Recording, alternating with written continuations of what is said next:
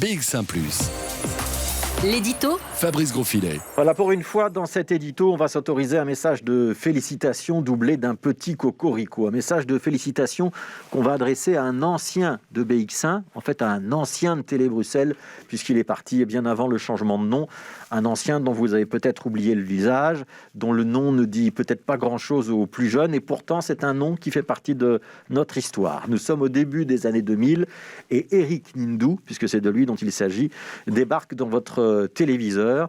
Il présentait à l'époque le journal de Télématongué, télévision associative, et il va le faire aussi sur Télé Bruxelles. Ça a l'air de rien à l'époque, mais c'est quand même une petite révolution, parce qu'Eric Nindou est un présentateur qui a la peau un petit peu plus foncée que les autres, et dans le monde des médias, à l'époque, c'est une audace, c'est aussi une reconnaissance de la diversité bruxelloise et du rôle pionnier que BX1 a toujours voulu jouer sur ce terrain.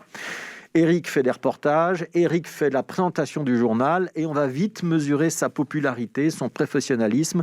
TV5, la chaîne francophone internationale, le repère et lui confie des remplacements à la présentation de son journal de soirée. En 2007, Eric Nindou quitte la Belgique. Il travaille alors pour Vox Africa, qui est une chaîne basée à Londres. Il en deviendra le rédacteur en chef, puis le directeur de l'information, avant de s'orienter dans un autre métier, le conseil en communication. Et aujourd'hui, nouveau rebondissement, et c'est pour ça qu'il faut le féliciter. Eric Nindou devient donc le directeur de la communication du président Tshisekedi. Il sera responsable de la communication donc du président de la République démocratique du Congo, poste sensible, essentiel même, où il aura donc la responsabilité de la propagation des décisions et des prises de position du chef de l'État congolais.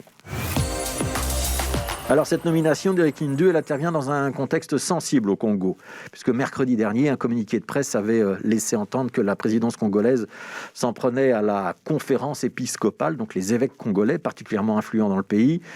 Eric Nindou va donc devoir encadrer un service communication et des porte-paroles qui ont un petit peu gaffé.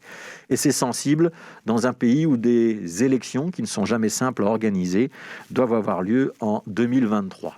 Au Congo, comme ailleurs, chaque mot compte, mais dans un pays immense, où les mouvements rebelles armés restent présents à l'Est, où l'exploitation des richesses reste le privilège de quelques-uns, où le peuple de la capitale, chauffé à blanc par la misère, les tensions ethniques ou religieuses, les dissensions politiques, les mots ont la particularité de pouvoir se faire lever une foule avec tous les risques de violence que ça représente.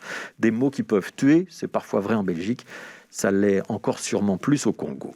En acceptant ce poste, Eric Nindou, notre ancien collègue, va donc mettre sa compétence au service d'un projet politique. Et ça, c'est une noble tâche, mais c'est quand même pas tout à fait le même métier. En étant journaliste, Eric Nindou devait être indépendant. Il avait l'obligation de vérité. En devenant directeur de communication, il change de rôle. Ça ne veut pas dire qu'il va mentir, mais ça veut dire qu'il devra présenter une vérité dans un sens favorable à la présidence congolaise. Alors cette fonction, il est évidemment possible de la remplir avec plus ou moins d'honnêteté, plus ou moins de distance critique, plus ou moins d'éthique, plus ou moins de hauteur de vue. On souhaite que notre ancien collègue garde le sens de la rigueur et de l'éthique, mais vu de Bruxelles, ça ne nous concerne plus trop, c'est aux Congolais qu'il appartiendra de juger. Petite parenthèse, Eric Nindou n'est pas le seul ancien de BX1 à rebondir au Congo et à changer de carrière, parce que Shuna Lambonda, qui a aussi travaillé à Télé Bruxelles avant d'être la porte-parole du musée juif de Belgique, l'avait précédée il y a quelques mois déjà en devenant, elle, porte-parole de l'Agence congolaise de prévention et de lutte contre la corruption. Alors, est-ce qu'ils évoqueront le bon vieux temps de Télé Bruxelles quand ils se recroiseront? Peut-être, on ne sait pas. Nous, on va juste dire, ce midi, notre fierté et nos encouragements à Eric Nindou pour cette prise de fonction, et voir aussi, quand même, que derrière cette nomination, il y a la confirmation d'un lien toujours très fort entre Bruxelles et Kinshasa. Et pour un journaliste né au Congo, que le savoir-faire acquis à Télématongué, à BX1 ou à TV5 puisse un jour profiter au Congo, c'est finalement un juste retour des choses.